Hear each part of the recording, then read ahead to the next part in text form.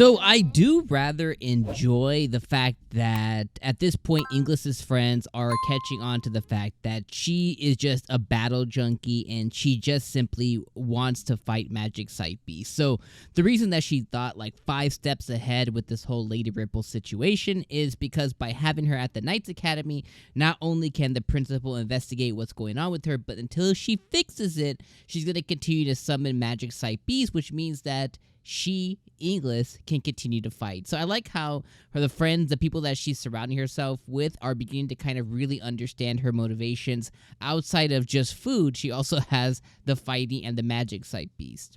The rest of the episode, I really feel like this is one of the, like, overall, so this episode's complete, episode 7's done. Overall, I really felt like this episode was like the probably second worst episode out of the 7 so far. Nothing really happened. The things that really happened in this order: new Highlander inauguration party occurring, Chris and Inglis, Ronnie, and them went out to go and dress hunt for this party. They're gonna go and get dressed up for it. They met up with Ripple and the other whatever they're called, girl. They ran into some magic site beasts. They then went to the party. They got to the party. Magic site beasts immediately, destroyed the party as soon as they wanted to start eating because they were extremely hungry. We saw that Rafa, Mr. Ronnie's older brother, heavily interested in Chris, which is really, really good.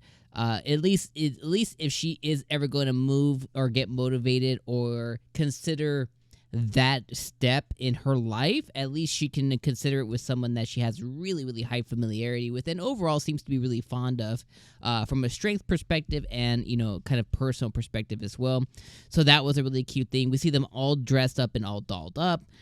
They defeat all the magic site beasts. We find out that it's basically Lady Ripple's fault. And then we end the episode off with, hey, we're going to hold her at the Magic Academy. Throughout that, they also met up with 𝐒𝐻𝐼rine, the lady who went crazy, one of the Highlanders that went crazy. They met up with her older brother, who's the Highlander who was here today.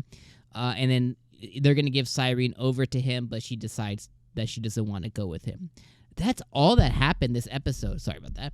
That's literally all that happened this episode. So that's like, there's nothing else that occurred. This episode felt short, quick, concise, but then like really just empty. Like overall, this episode didn't really feel like fulfilled with a ton of information. There wasn't really anything action-packed. Overall, it was just kind of like a boring episode. I paid attention because I wanted to come here and talk about it, but overall, it was a really snooze fest of an episode.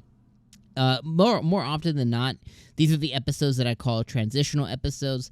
These are episodes that can be good still, but they are really just used as a jumping off point to transition to the next thing or the next episode. So in this case, this one is transitioning us back to the Knights Academy, figuring out Lady Ripple's situation here, and us finding out, that about all the Highlander stuff and everything. So it's really just a transitional episode until like the very next thing ends up happening. The very next, here's this really cool thing happening.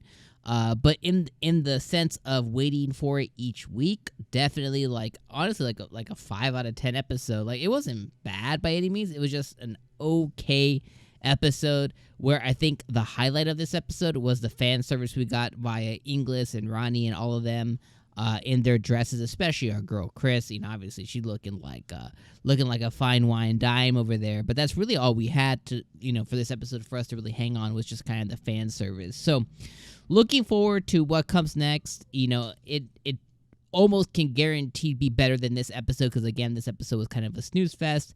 Nothing wrong with this episode, just nothing that was spectacular. Overall, like I said, 5 out of 10, just an okay transitional episode to get us to the next arc, the next thing that's coming.